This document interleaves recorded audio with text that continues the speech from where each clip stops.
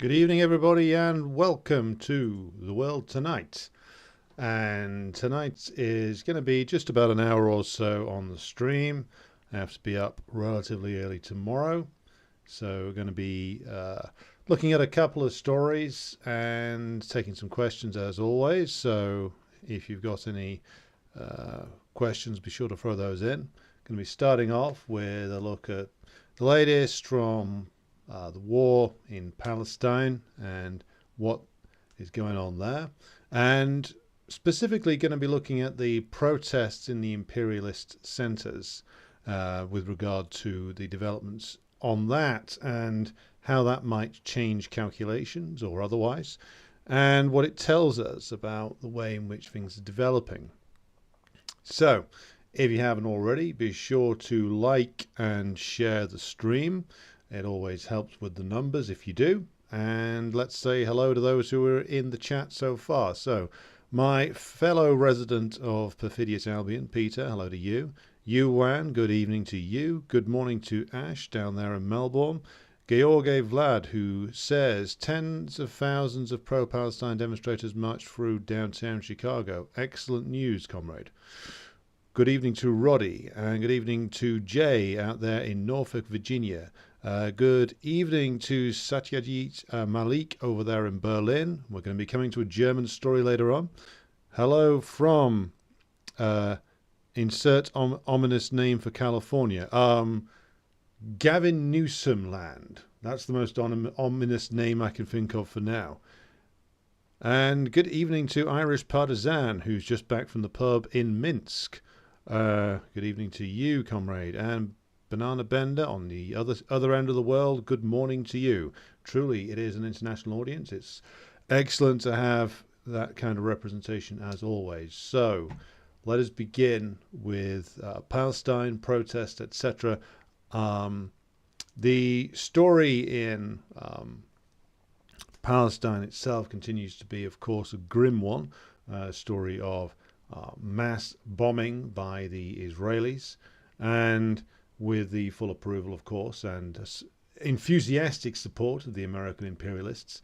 The Israelis continue to bomb just about everything in sight inside the Gaza Strip, including, of course, ancient churches, because truly nothing is sacred, and we would be foolish to believe that anybody would ever, any imperialist, of course, would ever hold any oath or sacred text or supposedly sacred place to be beyond their aggression. And the delay and the delay and the delay of the Israeli ground offensive continues. It is now, we are now on the 21st, and the actions of the Palestinian armed forces started on the 7th of October. So we are now 14 days beyond the first offensive action of the Palestinian armed forces, and no ground offensive has begun. The Israelis continue to bomb heavily from the air, and this is the tactic that they are going to use. They are trying desperately to, I think, find themselves a way to declare victory without having to do much of a ground offensive. I think that there is enormous political pressure inside Israel to do something on the ground, but at the same time, they have the Israeli military hierarchy and probably the imperialists as well saying to them, if you do that, your losses are going to be enormous and you might not be able to sustain it. And so you have these pressures. You also have the pressure of the very increasingly intense war that is going on across the occupied Palestine and Lebanese border between Hezbollah and the Israeli forces, in which at least 19 Hezbollah fighters have been killed in the past couple of weeks, and a significant, probably an equivalent number, have been killed on the Israeli side. So I read an article that was forwarded into the Telegram group by somebody talking about the tactics that Hezbollah is using, that they are trying to essentially cancel out the Israelis' electronic warfare and observational units in the area, trying to slowly lure the Israeli forces into committing themselves into an attack in the north there. Now, of course, the Israelis will have to know that, the imperialists will know that, and that is why I suspect that they haven't gone north so far either. They know very well that the Hezbollah forces are incredibly strong in terms of their defense of Lebanon, and the whole question of what happens now is still up in the air. The advance on Gaza by the Israeli armed forces has not begun. They are continuing to bombard it, but the longer they bombard it, the more bloody they become in the eyes of the world, of course, and conversely, but also in a way that makes sense, the weaker they look as well. The great Israeli army is afraid to go and face the Palestinian armed forces inside the bombed-out ruins of Gaza, and that much is becoming more and more obvious. And the Israeli cabinet clearly can't agree on what they should do either. The only thing they can agree upon is that they should bomb more. Now, while this has gone on, of course, apparently 20 aid relief trucks were sent in to Gaza today. That's the maximum the Israelis were going to allow, and they dropped bombs near the border crossing just after those trucks went in. So it's a warning to anybody not to go near that border crossing. Having tried and failed to secure the Arab reactionaries' agreement to a mass expulsion of the civilian population, they're now going to opt for collective punishment again. And the other story that emerged today was that the Israeli regime itself is planning, or Gallant, the defense minister, who's presumably hanging on to his job by his fingernails, along with Netanyahu, was talking about a new security regime for the West Bank, that they were going to hand it over to the Palestinian Authority once they'd finished. But quite how you hand it over when, of course, even though they have clearly scored some successes, the Israeli forces, in terms of assassinating various Hamas leaders, or at least they say they have. Quite what the reality of these things are, we will not know until this particular phase of the war is wrapped up. And they say they've scored some successes that way. But how they're going to dispossess the Palestinian armed forces from Gaza, remember, though Hamas obviously plays an important and leading role in the Palestinian resistance, there are, as I never tire of saying, many different factions who are unified in this united front of resistance. So how on earth are the Israelis going to uproot all of them without going in and uprooting them militarily, which they clearly don't want to do? This leads me to a belief of mine that I've been developing over the past few days with reference to the situation in Gaza, which is I'm increasingly convinced that the Israelis can't agree on a way forward, that the Israeli cabinet is split, that the imperialists don't actually want them to go in on the ground and are warning them not to, that the Israeli generals remember how badly the Israeli army performed in 2014 and how much worse it would be now, and that they don't have the men or the capacity to do it. So the remaining force that they have available to them is, of course, air power. Again, air power, the weapon of the imperialists since World War One, that they have used on national liberation fighters over and over again. Remember, Winston Churchill was very keen on using it in Afghanistan and on the Kurds as well. So this, of course, as we can see, can cause a lot of death and devastation. But what it can't do is win them the war. And they know that. So what are they doing? They are doing what many suspected they would do from the start, which is create as much death as they possibly can, which is why, by the way, they're going for hospitals and churches and anywhere that there are large numbers of civilians hiding out, because if Netanyahu cannot send the army in, and he's afraid to, then his only chance of presenting this as a victory is to, as we've said before, rack up an enormous body count and make it at least 10-1 in his favor, if we're going to put this in stark and brutal terms, and then declare a new security regime in place around Gaza, which is what Gallant was talking about today, even though basically it looks like it's going to be a recreation of the old security regime, only now they're not going to reconnect their water or power. Basically, that seems to be their plan. And declare that that's now job done. That's where I think we're heading towards. Because, again, the longer they bomb, the longer they delay, the less success they're going to have when they go in. Because, again, the Palestinian armed forces have presumably planned and trained for this, and they know the capabilities of the Israelis very well.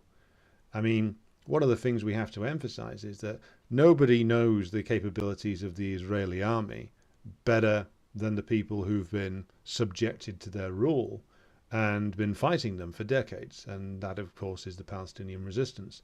So they know the capabilities of the Israelis, and they know what they can do to counteract them. So this stalemate that has emerged, this bloody stalemate that has emerged, where they don't want to go in because of the fear of the casualties that they will sustain. They are also afraid of an expanding war in the north. They're also, with Hezbollah, they're also afraid of things kicking off in the Golan Heights, where there is apparently, as I've said before, a Syrian underground network that exists there ready to be activated. So they're stuck.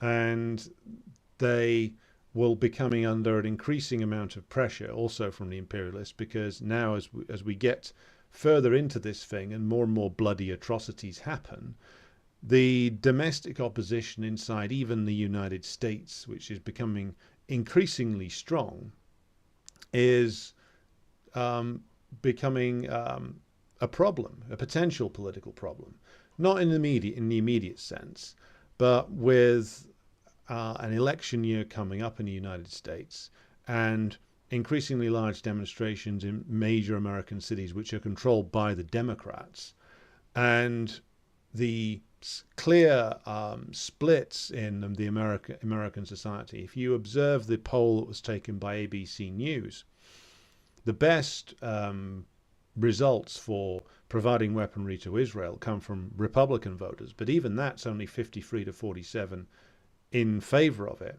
The Democrats are 53-47 against, with independents, I believe, as an even bigger majority, I think 56-44 against sending more weapons to Israel.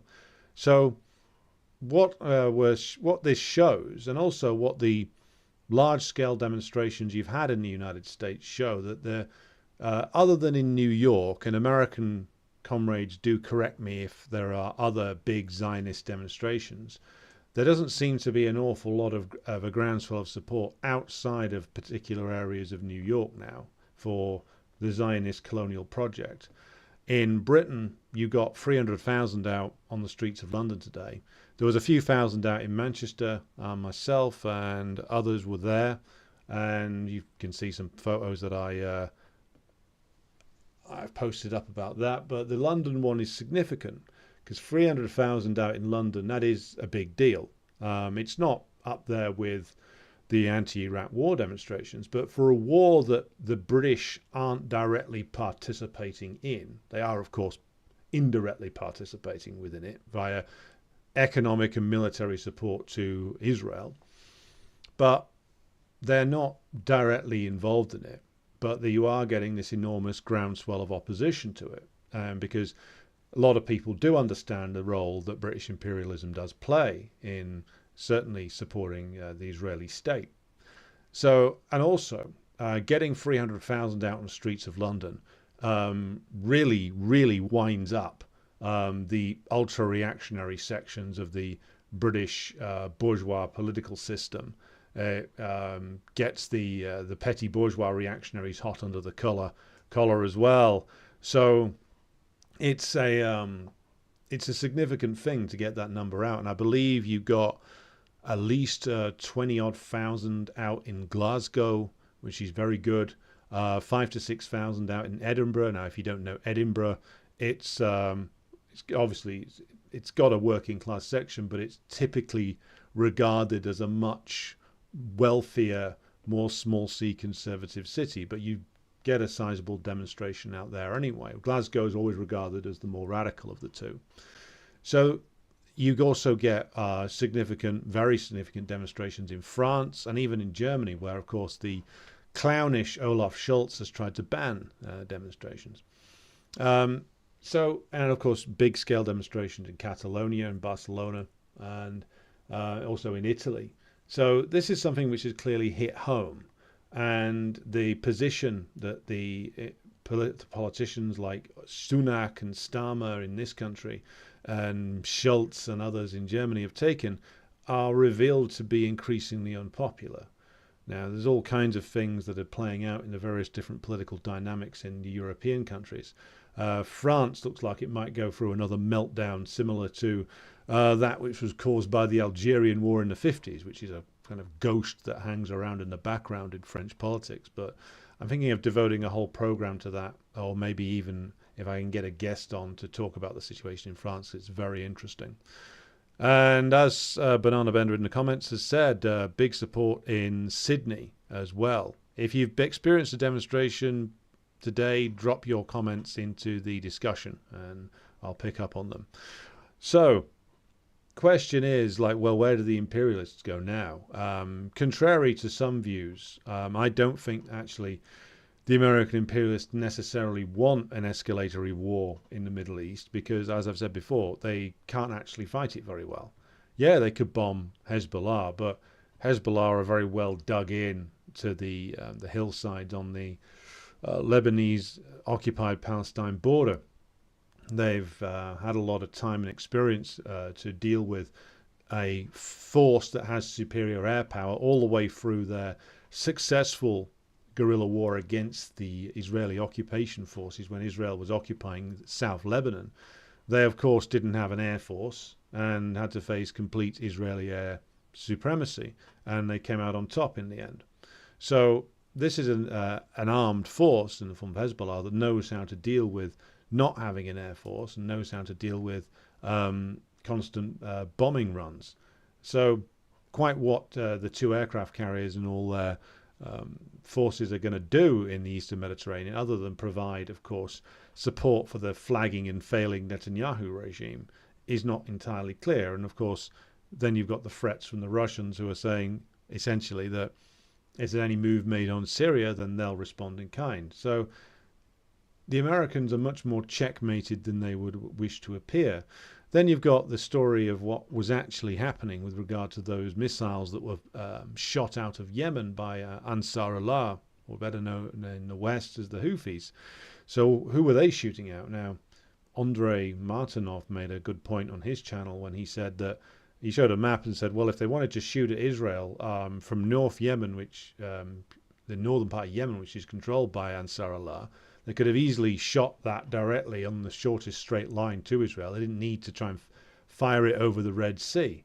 So the much more likely option, I think, is that they were actually shooting at the American ships there, either hoping to hit them or testing the capabilities of them.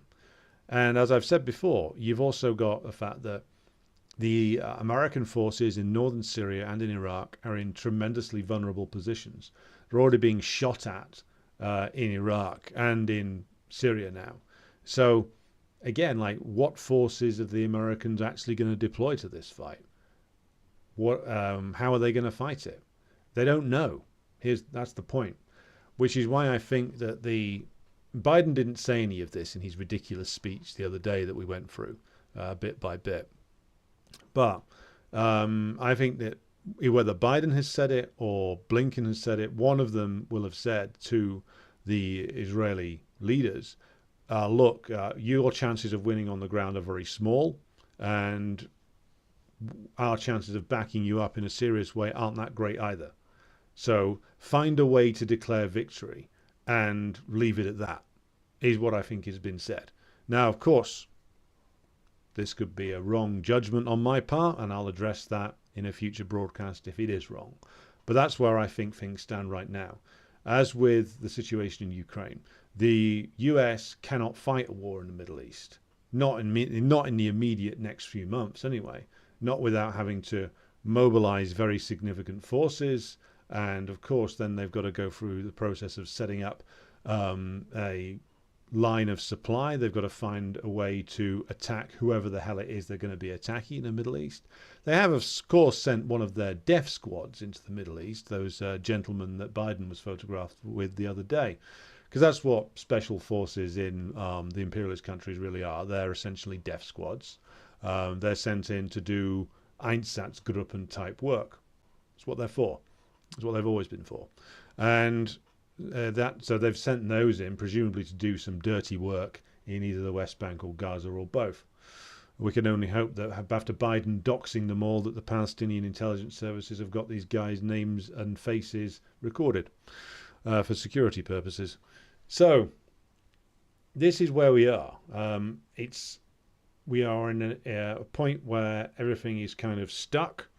The intervention of the masses in Jordan continues, big demonstrations and people taking buses out to near the border to demonstrate and protest against the reactionary rulers of Jordan, the comprador king, refusing to open the borders and let people flood through into Israel, which of course the Israelis would start shooting anybody who tried to rush the border post there.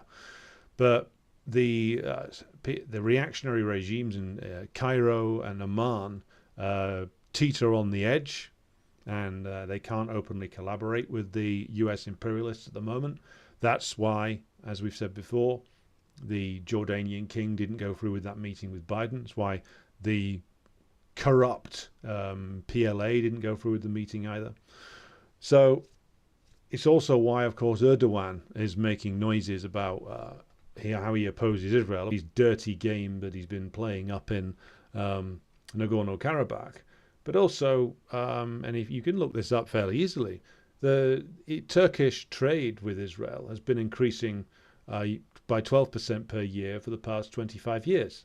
So, according to figures published in 2021 by the World Bank, the Israeli exports to Turkey amounted to $2.03 billion and Turkish exports to Israel to $6.31 billion.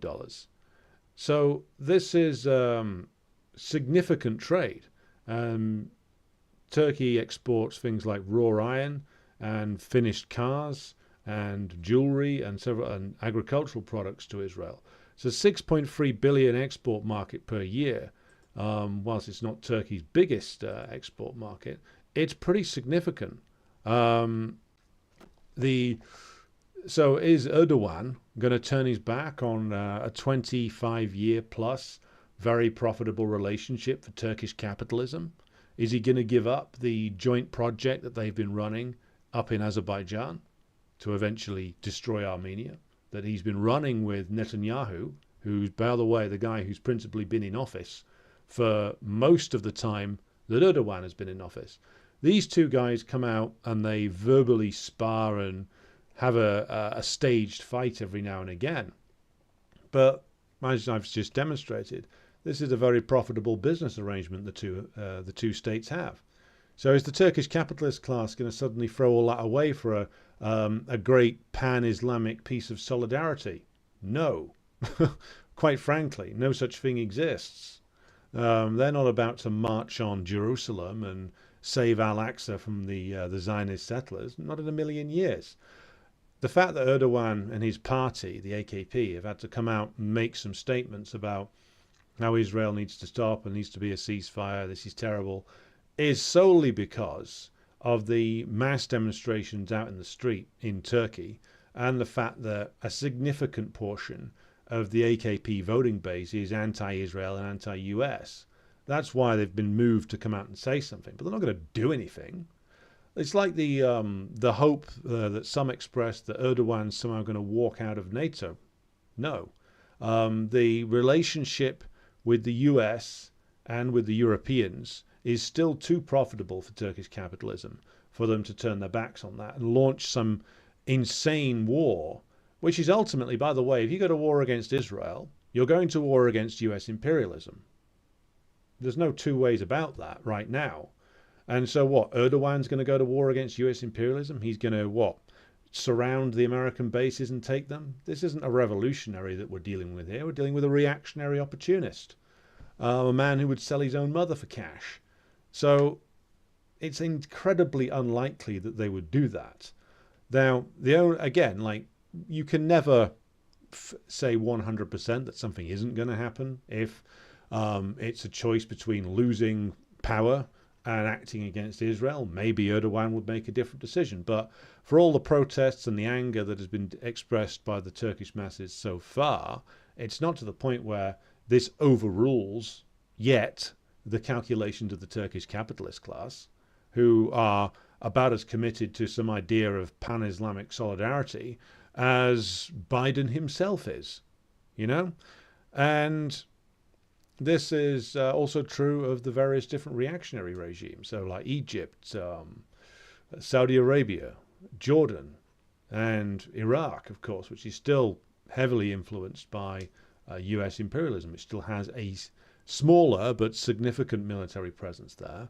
So these regimes, these are all dirty and very corrupt and very much tied in to the imperialist system. And as, again, like PFLP and others have pointed out, they are always likely to try and stab the Palestinian struggle in the back.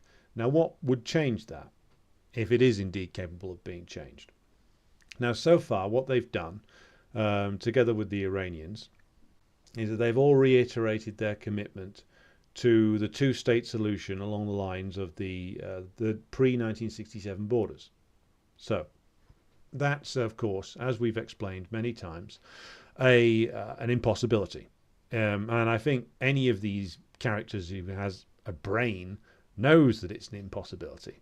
Like, there's no way that somebody like Mohammed bin Salman knows that, thinks that this is going to succeed. You know, yeah, he's many things, but he's not stupid. There's no way also that we widen the lens here for a moment that Putin and Xi don't actually think that this is going to be a starting position of any that has any credibility. It's not. There's absolutely no support for this in the Israeli political system, other than like the 4, I believe, MPs from the Israeli Communist Party and the Arab parties. Perhaps they, of course, that is in their official policy. They support the two-state solution, but nobody else does. And more widely in Israeli society, there is a theoretical level of support for it, but for all practical purposes, the majority in Israeli society opposes that. And also, it would cause the implosion of what is left of the Zionist state. And the Israeli political leadership all know that. So they've all unified around a position which is just simply not going to happen. Because at this stage, US imperialism remains entirely committed to sustaining the Israeli colonial project. Now, when US imperialism weakens to the point where it pulls out, would then a political force emerge in Israel to try and desperately save what they can? Possibly. You never rule these things out. But then again, that would also mean a bloody civil war inside Israel itself. So again, like, the Arab leaders have unified around a position which is just simply which is just simply a non-starter at this stage. And that's all they managed to do in their so-called peace conference today. They had a conference between themselves where they all said a two-state solution is a good idea, and they all said humanitarian aid into Gaza is a good idea, and that was about it. So where this is going in terms of the Arab states is an interesting question, but ultimately, is it having any effect? Now, there has been an effect in terms of the anger of the Arab masses has prevented the mass expulsion and ethnic cleansing plan that the US was clearly trying to sell. So that's been stopped. When that's a victory of the masses, not a victory of the Arab reactionaries. They were at that point more afraid of their own working class and peasantry and petty bourgeoisie even than they were of the US imperialists. So that's something of a victory for the masses, not for the Arab reactionaries. Again, like, where does this go from here? If the Israelis just keep bombing and bombing and bombing and don't show any sign of stopping, they will have to stop at some stage. But the pressure on the reactionary Arab regimes will grow, and so we'll see if they're essentially willing to roll the dice. I still doubt that they will. I think that this will come to a close before it gets to a point where the al-Sisi regime and the Hashemite regime in Jordan become endangered by the anger of their own masses. I think that the plug will be pulled before then. That's what US imperialism probably wants to do. Again, events can spiral out of control, but that's where I think this is generally heading. Okay, let's catch up on some comments before moving on. Hello to the Gypsy Marxist in London. Hello to Alexandros, comrade from my hometown of Manchester, who was at the Manchester demo today. Hello to Ian Foster. Banana Bender says, Suella Braverman is allegedly touting the thought of banning the Palestinian flag. Yes, the Tories against the free speech who'd have fought it. Well, she keeps saying that, but I was on a demonstration today where there must have been about 1,000 Palestinian flags being flown in one form or another, or worn as capes by people. And there was about 100 coppers around the place, and nobody got arrested as far as I could see. Others who were there, feel free to correct me if I'm wrong. Look, the Braverman is a fucking moron. To be honest, all of the Home Secretaries that I can remember have been idiots to one degree or another. They don't even really run the ministry anymore. Most of them are just placemen, stuck in place and told to put through a new crime bill every year that increases sentences for things and gets the politicians a good headline. But the department's run by the officialdom. This is true of most government departments in Britain. This was made clear during the Liz Truss premiership, when Truss and Kwarteng, her Chancellor of the Exchequer, were basically overthrown by a rebellion of the British civil service and the City of London, or the hierarchy of the City of London and the Bank of England, because they tried in their own strange way, appealing to like a certain base in the petty bourgeoisie, to run some kind of policy that was against the interests of the biggest banks, or slightly against the interests of the biggest banks, as they saw it, or certainly threatened to destabilize the situation. So she was disposed of in a bureaucratic coup. And that's what happens to anybody who tries to actually run the departments in Britain. So Suella Braverman can sell whatever the fuck she likes. The British bureaucracy is another matter. The people who run the British bureaucracy are a little bit cleverer than the dullard reactionaries in the Conservative Party.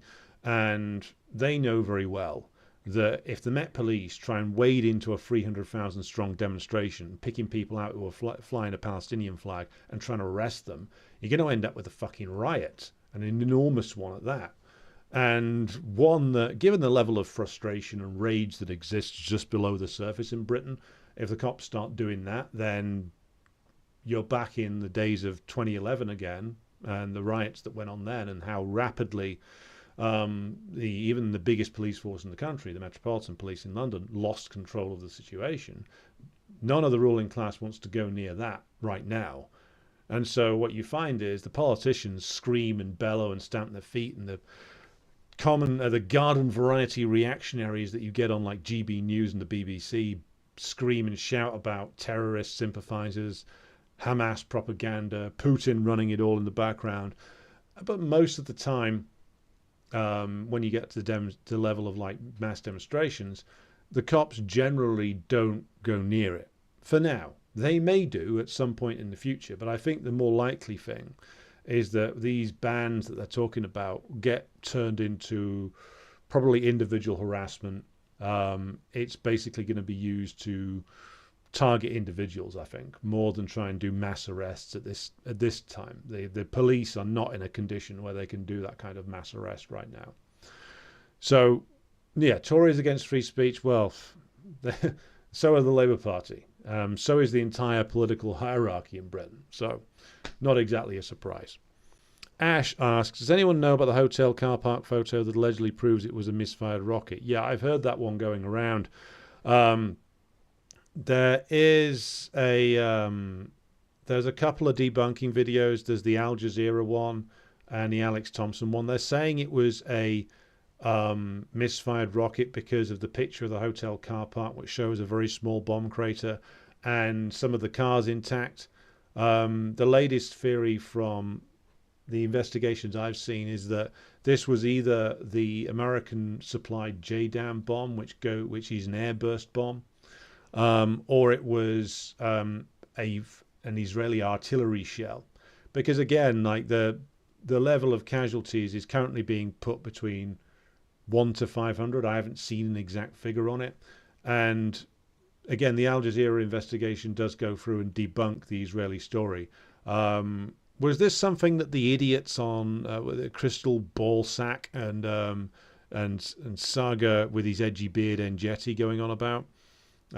Because it just seems to me that that's the latest form of Israeli propaganda story that they're putting out there, which incidentally they've banned Al Jazeera from reporting inside Israel now, I think, given that, I mean, Al Jazeera is pretty fucking terrible anyway on many issues, but on the Israel issue, because of the double game that the Qataris play, they do sometimes report honestly, and that's too much for the Israelis right now.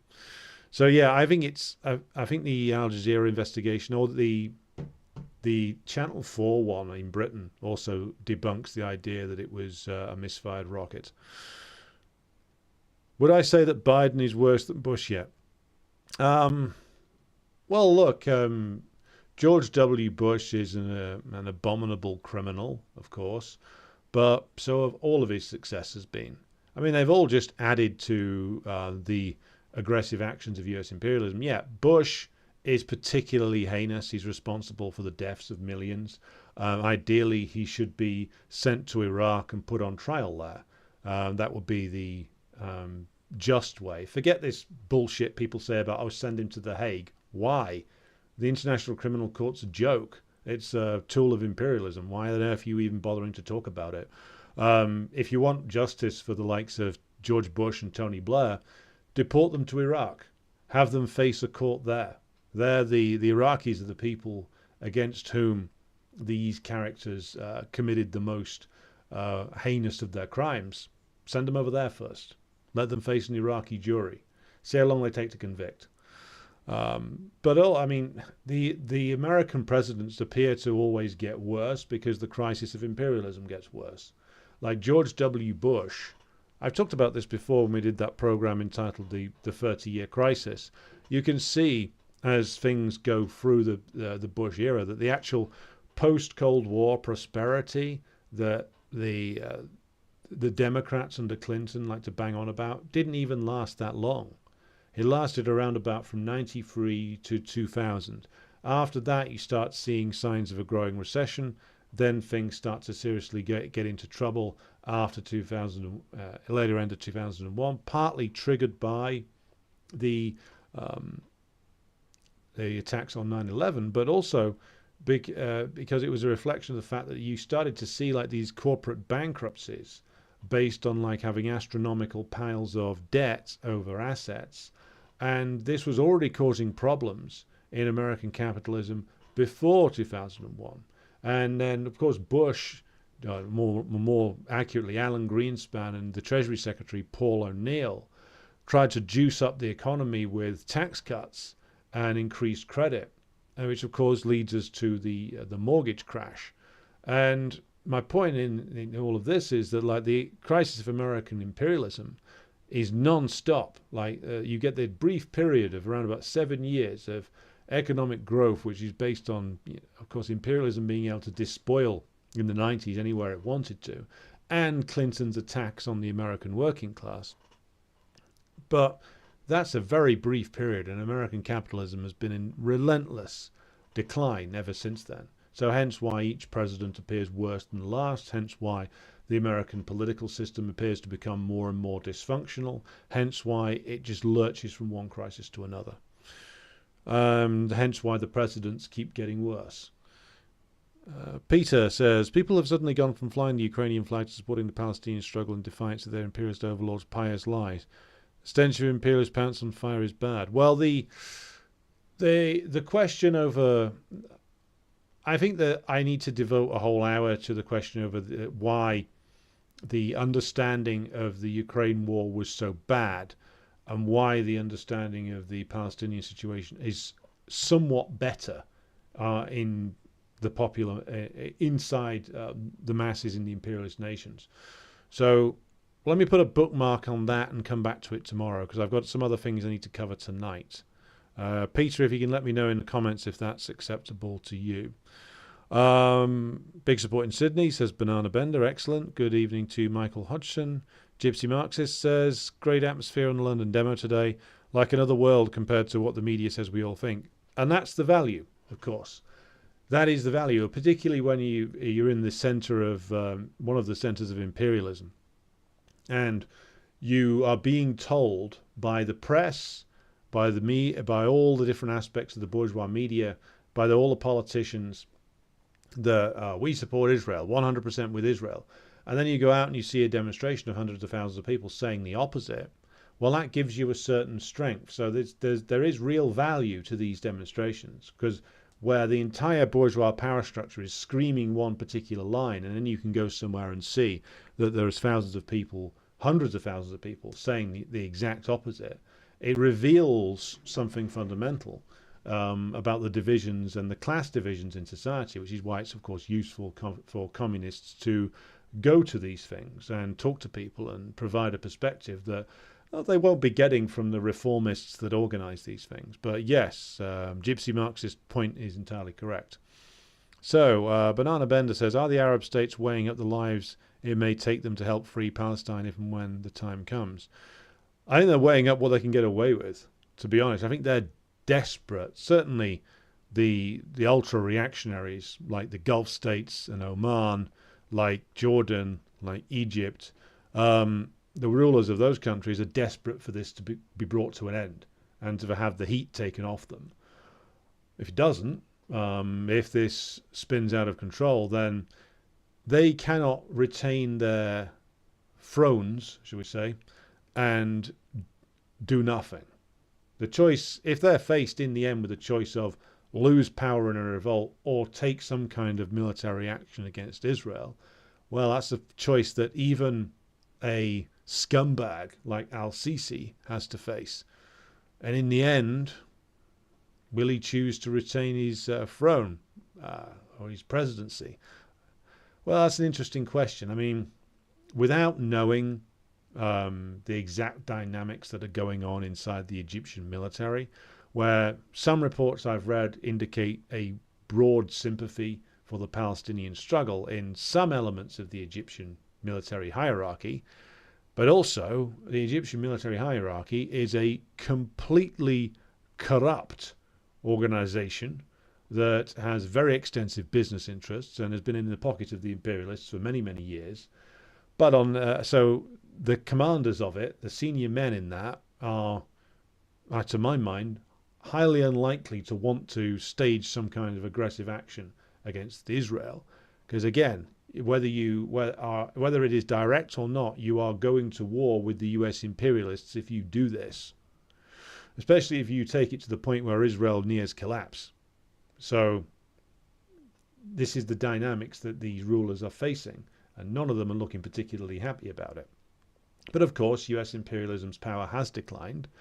This is something that the Ukraine war has revealed, whether the Russians intended for that to happen or not. That is the practical impact of their action.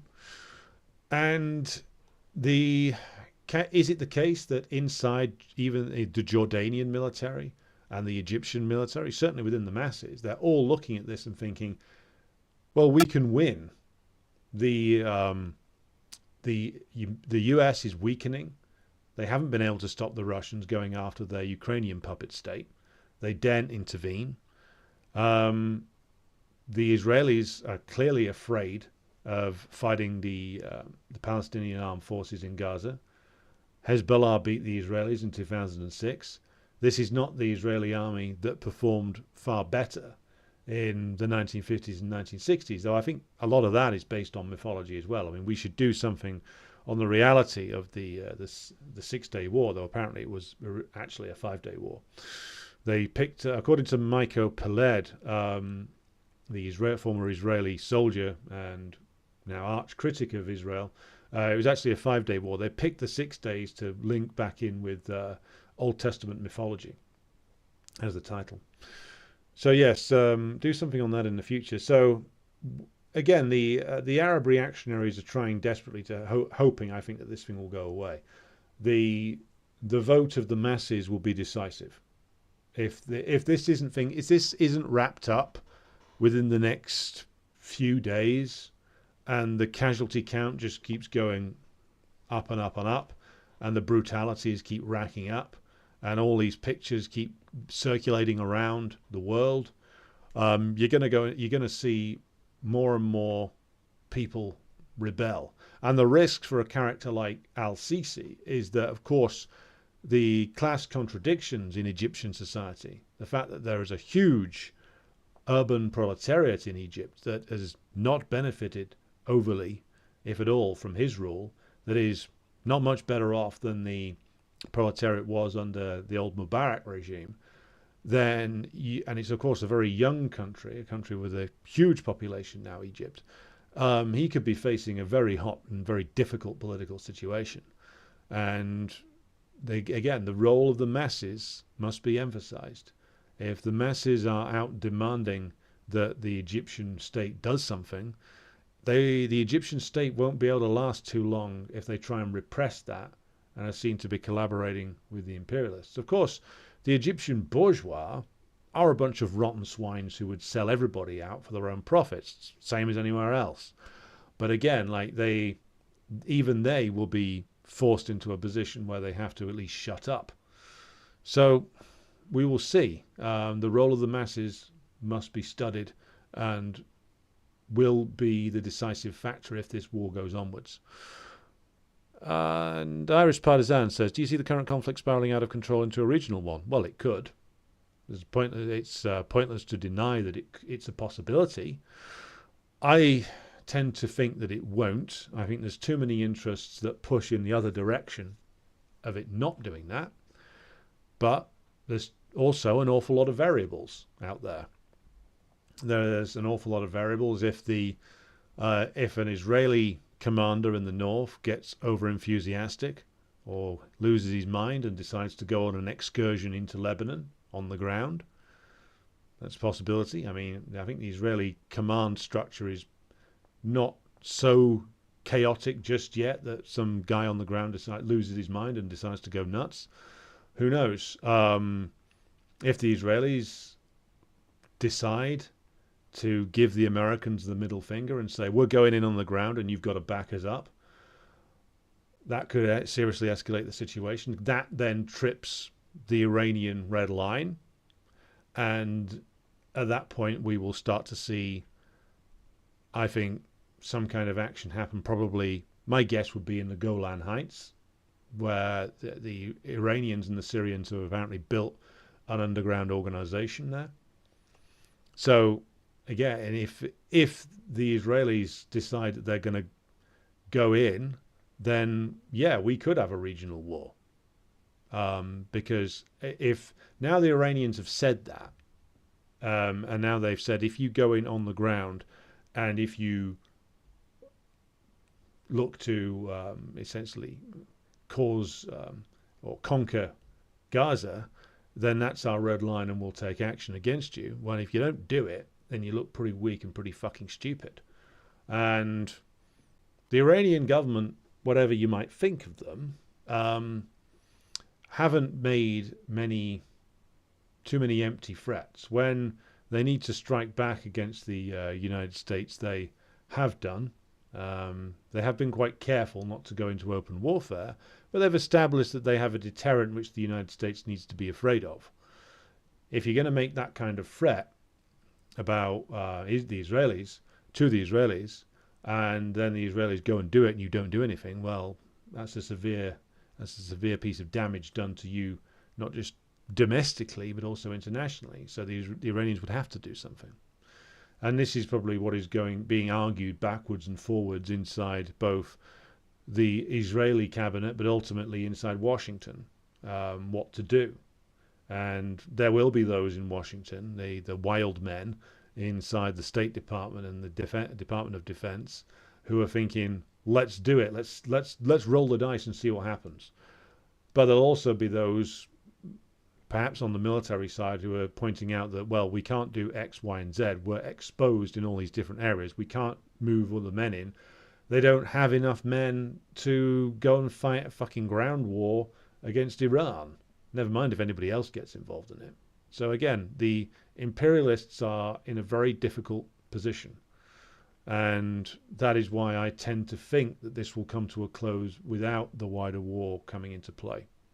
Again, all of these things could be proven wrong tomorrow. I am giving my perspective as to how things stand right now. Irish Partisan says, current protests provide a great opportunity for the CPGBML to educate and recruit new members. Very true. And that's what we intend to do. And this is the party leaflet. If you've not seen it already, pretty sure you can find it online. Very useful and very good quote from Kim Il-sung in there.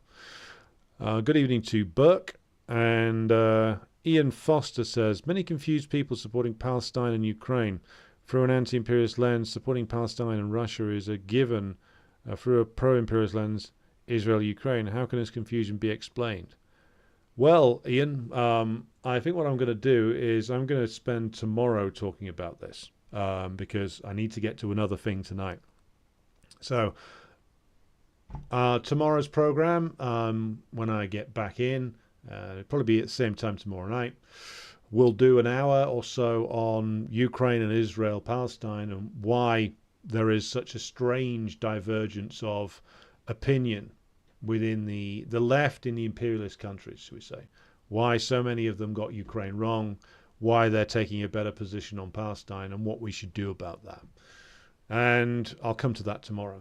I will move now, though, to a story that I wanted to talk about because it popped up on my feed today, and it is an interview with Gerhard Schroeder, the former Chancellor of Germany. If you're not familiar with who he is, he ruled Germany. I'm just putting the link in the chat room there. Schroeder ruled Germany from around about, I think, 98 through to about 2007. Total scumbag. Was one of the key players in the Kosovo war, on the war on Yugoslavia, acting, of course, for German imperialism there, because German imperialism was desperate to revive itself following its the counter-revolution in East Germany and the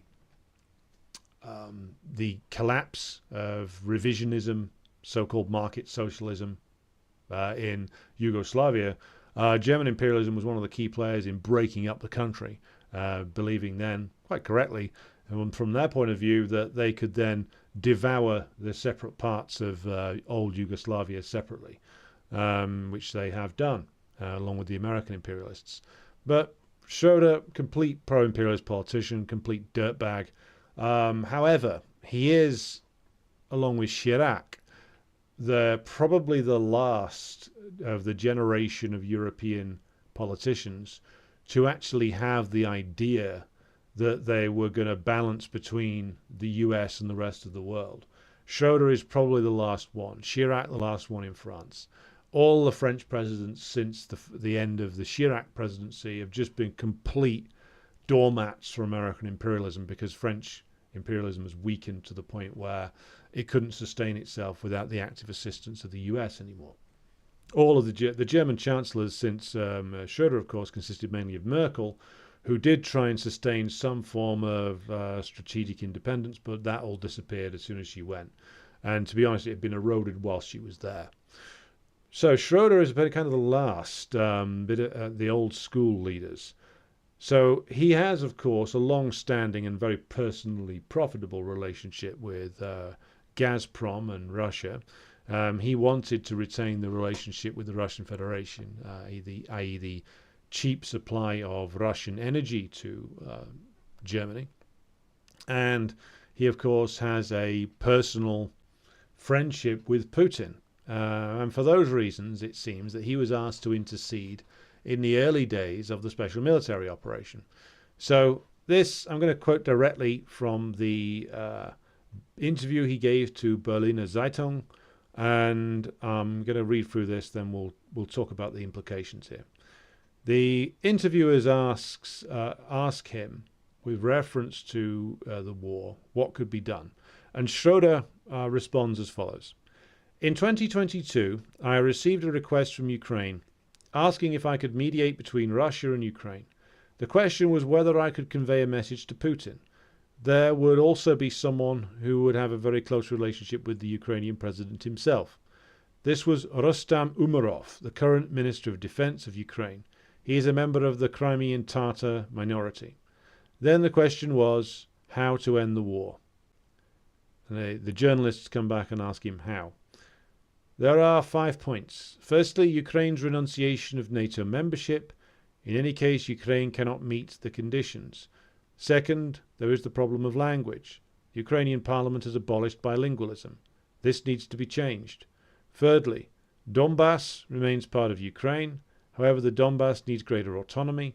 A working model would be that of South Tyrol. Fourthly, Ukraine also needs security guarantees. The United Nations Security Council plus Germany should provide these guarantees. Fifthly, Crimea. How long is Crimea Russian? For Russia, Crimea is more than just a stretch of land, but part of its history.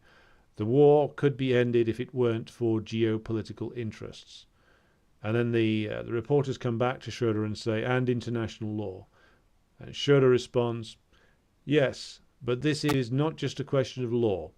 The only ones who could settle the war against Ukraine are the Americans. At the peace negotiations in Istanbul in March with Rustam Umerov, the Ukrainians did not agree on peace because they were not allowed to. For everything they discussed, they had to first ask the Americans. I had 2 talks with Umerov, then a one-on-one meeting with Putin, and then with Putin's envoy. Umerov opened the conversation with greetings from Zelensky. As a compromise for Ukraine's security guarantees, the Austrian model or the 5+1 model was proposed. Umerov thought that was a good thing. He also showed willingness on other points. He also said that Ukraine does not want NATO membership. He also said that Ukraine wants to reintroduce Russian in the Donbass. But in the end, nothing happened. My impression was that nothing could happen because everything else was decided in Washington. That was fatal, because the result will now be that Russia will be tied more closely to China, which the West should not want. And the journalists respond to Schroeder and ask, and the Europeans? They have failed. There would have been a window in March 2022. The Ukrainians were ready to talk about Crimea. This was even confirmed by the Bild newspaper at the time. And then Schroeder holds up a page from the Bild newspaper which says finally peace in sight. And the headline from the strap line from Bild, the paper that Schroeder's holding up, said, and this is from March of 2022, Ukrainian President Volodymyr Zelensky himself has already hinted at concessions for negotiations. He no longer insists on his country's accession to NATO, he told the US broadcaster ABC News. He is also ready for a compromise on Crimea and the breakaway provinces in Donbass. In every negotiation, my goal is to end the war with Russia, Zelensky told Bild. And that's from Bild last year. The interview continues, and the journalists ask another question of Schroeder.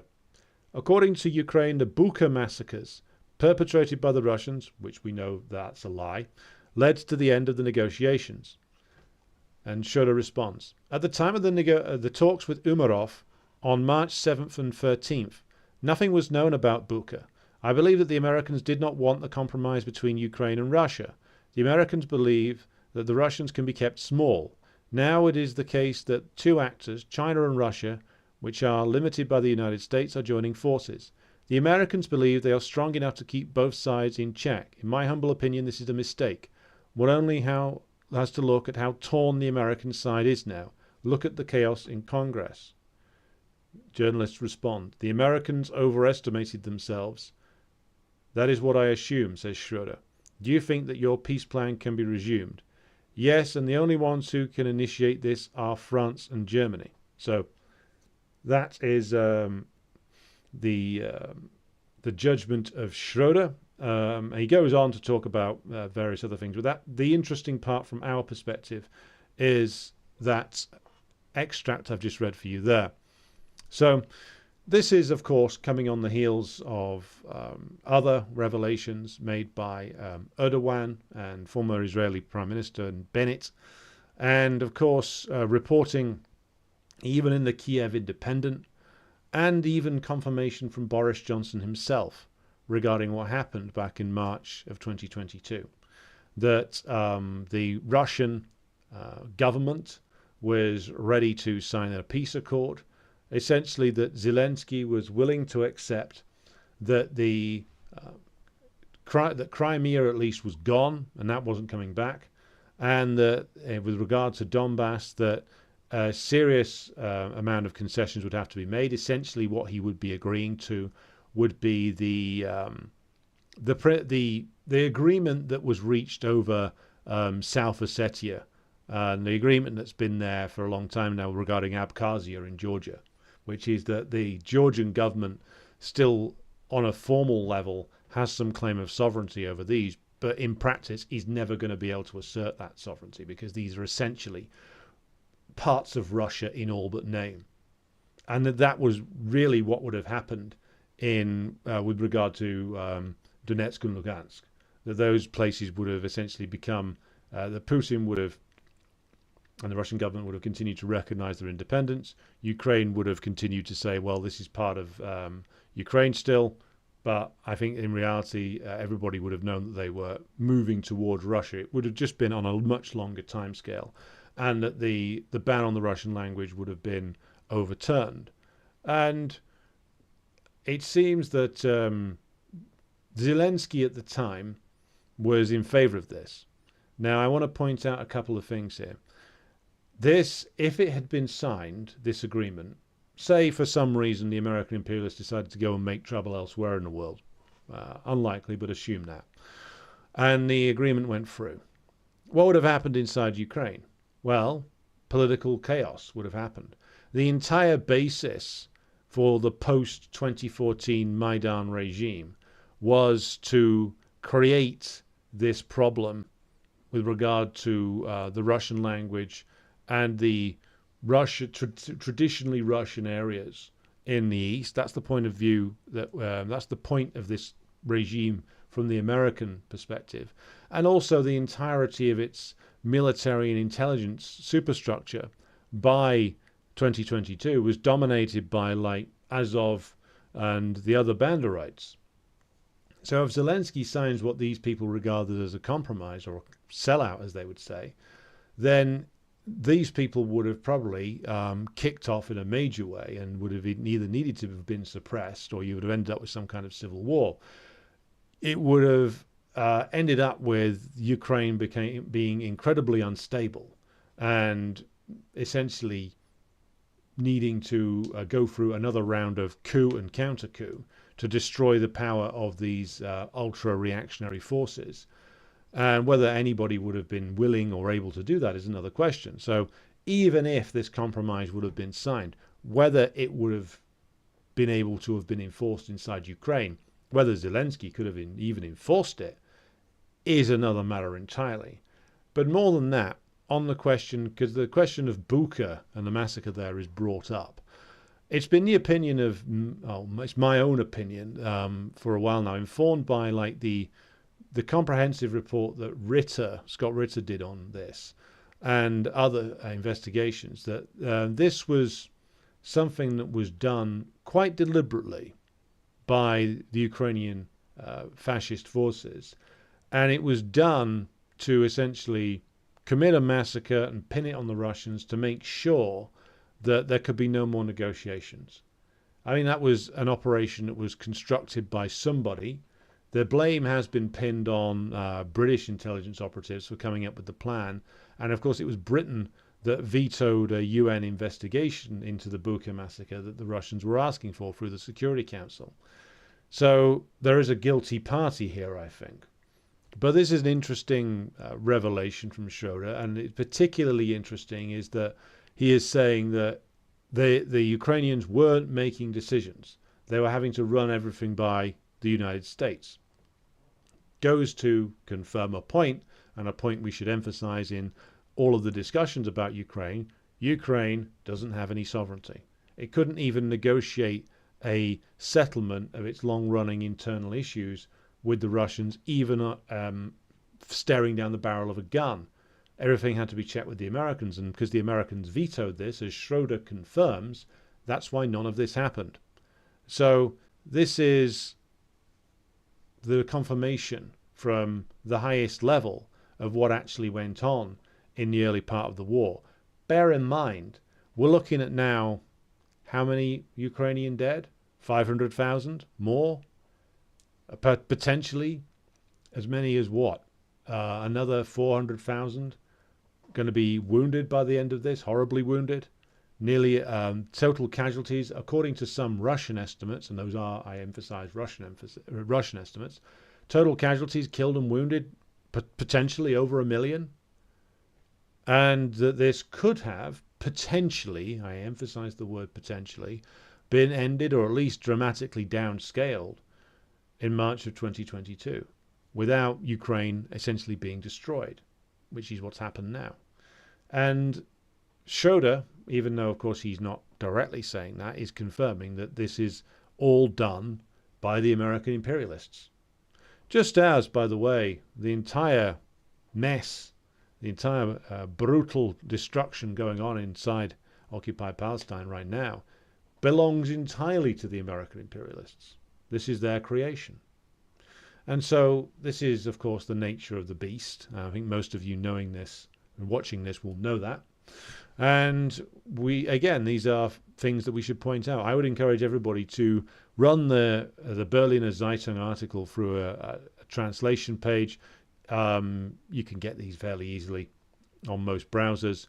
Read through it, especially the part I've just gone through, and make notes on it, because these are the points we need to bring out in discussions with people over the Ukraine thing, the Ukraine issue, because these demonstrations now over Palestine, this is of course incredibly positive, but we need to be out there emphasizing what's really going on in Ukraine and why the two things are linked together, why the callous brutality of the American imperialists towards Ukrainians matches the brutality and callousness towards Palestinians, because they do not value the lives of Ukrainians, or never mind Russians, any higher than they do Palestinian lives.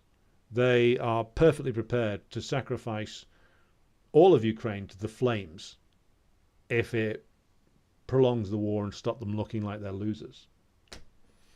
The other thing I wanted to point out was the mere fact that Berliner Zeitung did this interview, asked those questions, and Schroeder gave an honest answer, shows that there are increasing splits inside the German bourgeois about the way forward. And Schroeder represents or is speaking for perhaps a minority position, who knows, inside the German bourgeoisie, that they are sick of Schultz and think that they can perhaps turn this around. I mean, whether they can or not is the question. I think it's all in too deep now. It's the relationship that they had with the Russian bourgeois is now gone. The pro-European Russian bourgeois are now much weaker. So they are acting too late. I mean, Schroeder says France and Germany can still secure an agreement. No, they can't. That's gone. Olaf Scholz is a figure not taken seriously by the Russians. Macron isn't taken seriously either. And France has got too many of its own internal problems that very soon are going to erupt all over again. So these two countries are finished. As imperialist powers, they're done. They hoped to become independent imperialist powers again, but all the last 20 years has revealed, really since Schroeder retired, is just how dependent and just on US imperialism they are, and just how hardwired in US imperialist control is over their systems, over their political system and over their economic systems now. So what Schroeder represents is the dying light of a phantasm that existed in the 1990s, the dream, the fantasy of Europe as an independent imperialist power. In reality, Europe as an imperialist power that is dominated by this alliance of France and Germany. All of that is now gone. German imperialism is now done. It's not coming back. There are some different schools of thought on this. They will try to revive themselves, but I think it's finished now.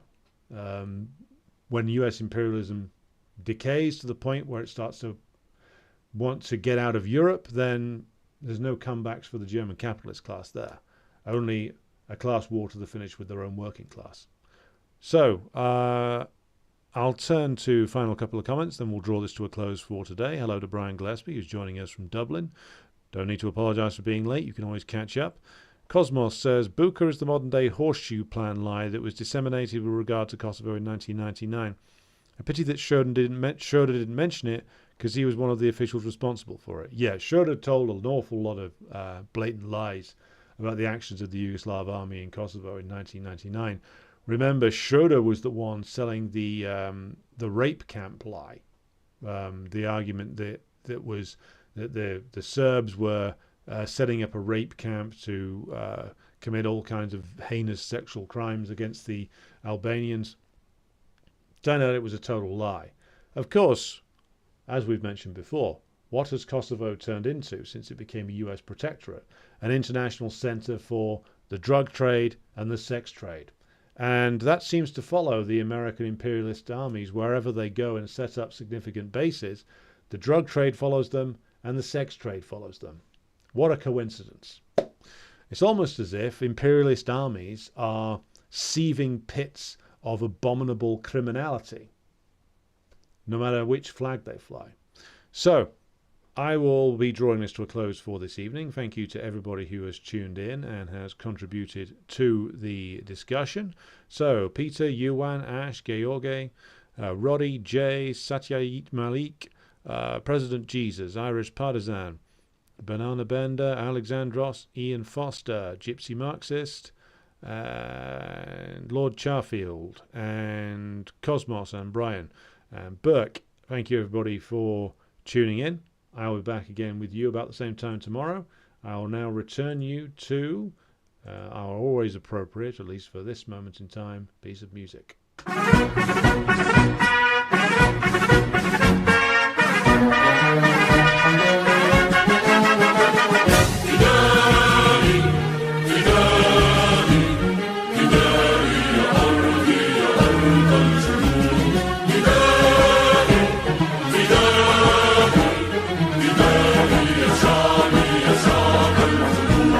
Yeah.